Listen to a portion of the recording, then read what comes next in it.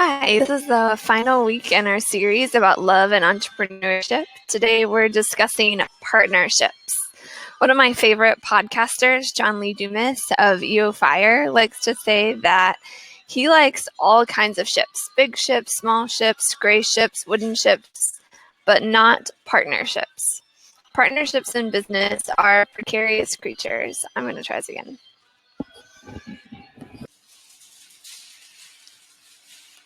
Hi, today's the final week in our series about love and entrepreneurship. And today we're discussing partnerships. One of my favorite podcasters, John Lee Dumas of EO Fire, likes to say that he likes all kinds of ships, big ships, small ships, gray ships, wooden ships, but not partnerships. Partnerships in business are precarious creatures. They can seem to be one thing and then turn out to be another. There are stories of great business partnerships, but there are also plenty of stories of partnerships gone wrong. A friend of mine is currently looking for an additional investor/partner to bring into her business. I've been thinking a lot about the decisions she's facing and how I might go about doing something similar when and if I'm ready to do the same. What I've landed on is that creating a good partnership requires both the head and the heart to be in alignment. There needs to be an alignment of both logic and emotion. Here's what I mean.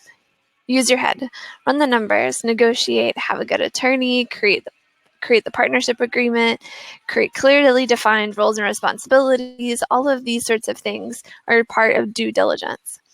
But another part of due diligence is to use your heart. Make sure you feel good about the relationship.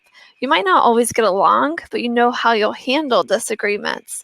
And there's this basis of trust. And then you take both your head and your heart and you achieve alignment. I figured out, if you figured out all the head stuff, but your gut is saying no, don't do it yet. If your gut is all in, but you haven't taken the time to do all the head stuff, don't do it yet. Take your time and get alignment. If you're close to an alignment, but not fully there, remember this idea. If it's right today, it'll be right tomorrow.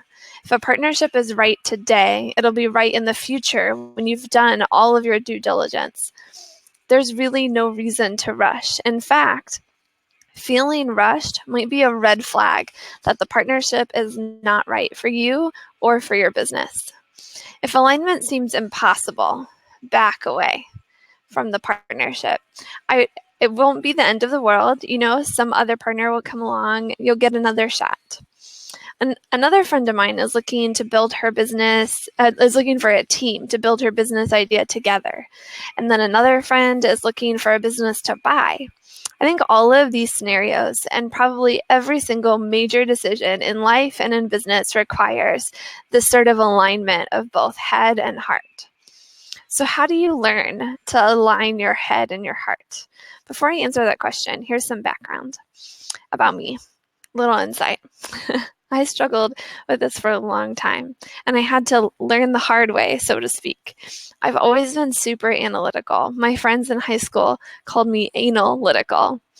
The fictional character I relate to most is Spock. Empathy and compassion are not my strengths. Logic and critical thinking are where I feel most comfortable.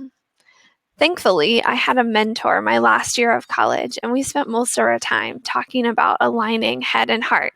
And my journal was filled with lots of drawings of a brain and a heart. Here's a sample of how I drew them. I put the sample in the transcript of the studio. Now that I went through, that experience with that mentor, I can answer this, and I've shared that with you. I can answer this question.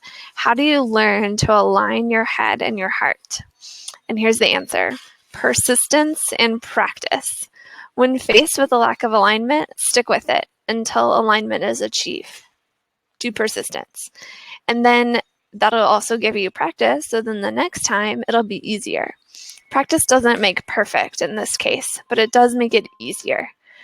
Journal. talk out loud to a friend or to yourself. Process in whatever way you feel like you process the best. Analyze your thoughts and your feelings, draw pictures, look for similarities, be creative, just do whatever it takes until you feel like there's an alignment. And don't move forward until a full alignment is full and complete. And while you're waiting for alignment, either delay the decision if possible or take some baby steps with whichever way you're leaning. Taking baby steps might be the only way to achieve alignment. But then for sure, once you've reached a decision and you've achieved that alignment and you're ready to go. Go ahead full steam. Don't delay. Turn your alignment into action as soon as possible. You don't want to second guess yourself, especially if you've gone through this whole process. Second guessing yourself is not necessarily the way to go. So this concludes the series on love and entrepreneurship. I'd love to hear what you think about the series in full or today. Please comment. Let me know what you think about partnerships or tell me a story of a time where you struggled to achieve alignment with your head and your heart. And I'd love to hear back from you. Or if you have any other questions or thoughts or ideas about partnerships or love and entrepreneurship in general, please, I'd love to hear from you. Leave a comment. Oh, and I'll show you some fun things behind me that the artist is displaying at my coffee bar right now. Some pretty cool stuff. So there you go. I will see you again next week. In the meantime, keep overflowing.